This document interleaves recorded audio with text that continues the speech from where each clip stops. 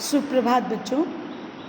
पिछली कक्षाओं में व्याकरण में आप वाक्य रचना पढ़ चुके हैं, परंतु इस वर्ष कक्षा 10वीं में भी आपको वाक्य पढ़ने हैं। तो सबसे पहले हम वाक्य की परिभाषा समझें।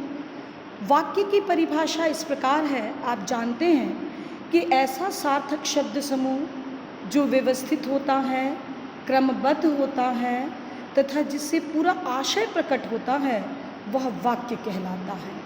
यानी वाक्य में निम्नलिखित बातें अवश्य होनी चाहिए, जैसे वो सार्थक शब्दों का समूह हो, शब्दों में व्यवस्था और क्रमबद्धता हो, और ऐसा सार्थक शब्द समूह हो जिससे पूरा आशय प्रकट हो सके, तभी हम ऐसे सार्थक शब्द समूह को वाक्य कहेंगे। बच्चों, हमने व्यवस्था और क्रमबद्धता का प्रयोग किया है। क्या अर्थ निकलता है शब्दों की व्यवस्था और क्रमबद्धता का? तो आप ध्यान दें, वाक्य में शब्दों का निश्चित क्रम होता है और पदक्रम के अनुसार ही जब ये सार्थक शब्द प्रयोग में आते हैं, तभी वाक्य का पूर्ण आशय प्रकट होता है। और ये पदक्रम इस प्रकार होता है। सबसे पहले कर्ता की व्यवस्था होती है, कर्ता जिसे हम वाक्य का उद्देश्य भी कहते हैं। उसके बाद प्रयोग किया जाता है उसके कर्म का। पूरक के साथ जब उसकी क्रिया, उसके द्वारा संपन्न की जाने वाली क्रिया को लिखा जाता है, तब वह पूर्ण वाक्य बनता है। उदाहरण देखें, सुमन पत्र लिखती है। कर्ता कर्म के साथ क्रिया का बेहतर प्रयोग किया गया है। यानी अब इस आधार पर हम कह सकते हैं कि वाक्य के दो अंग होते हैं। वाक्य के दो अंग, एक कर्ता और दूसरी क्रिया। वाक्य के कर्ता को ही वाक्य का उद्देश्य भी कहा जाता है। यानी जब हम वाक्य के अंगों की बात करते हैं तो कहते हैं एक अंग है उद्देश्य, जिसमें कर्ता का प्रयोग होता है, और उसके दूसरा जो अंग है वाक्य का, उसे कहते हैं क्रिया या विधेय।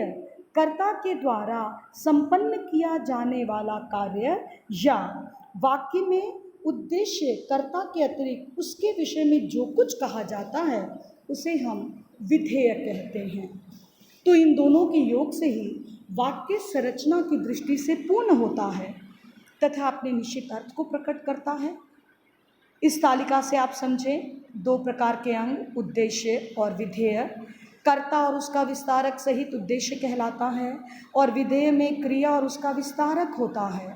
उदाहरण देखें, कोयल मधुर गाती है। कोयल जो कर्ता है, उद्देश्य है, गाती है, क्रिया है, और क्रिया का विस्तारक है, यानी क्रिया विशेषण है, क्रिया की विशेषता बताने वाला पद है मधुर। इस प्रकार वाक्य के दो अंग हैं। वाक्य के भेदों की हम बात करें, वाक्य के भेद, दो मुख्य आधारों पर वाक्य को दो प्रकार से, दो अलग अलग आधारों पर बांटा जाता है, जिसमें पहला है अर्थ का आधार, जिसे आप 9वीं कक्षा में पढ़ चुके हैं। दूसरा है रचना का आधार।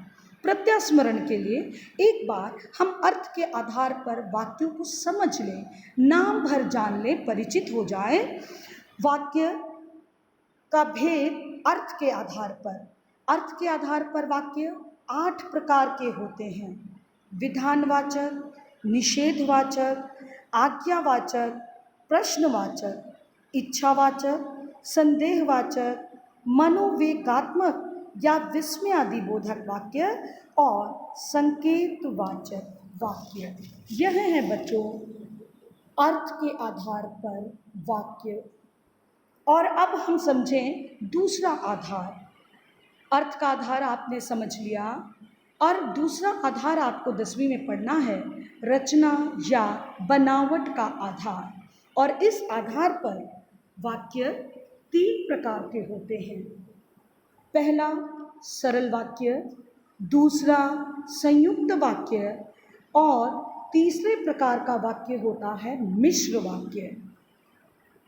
सरल वाक्य, संयुक्त वाक्य, मिश्र वाक्य किसे कहते हैं, क्या उसकी परिभाषा है, उसमें प्रयोग किए जाने वाले मुख्य योजक कौन कौन से हैं, उनके उदाहरण कौन से हैं, ये हम अगली वीडियो में समझेंगे।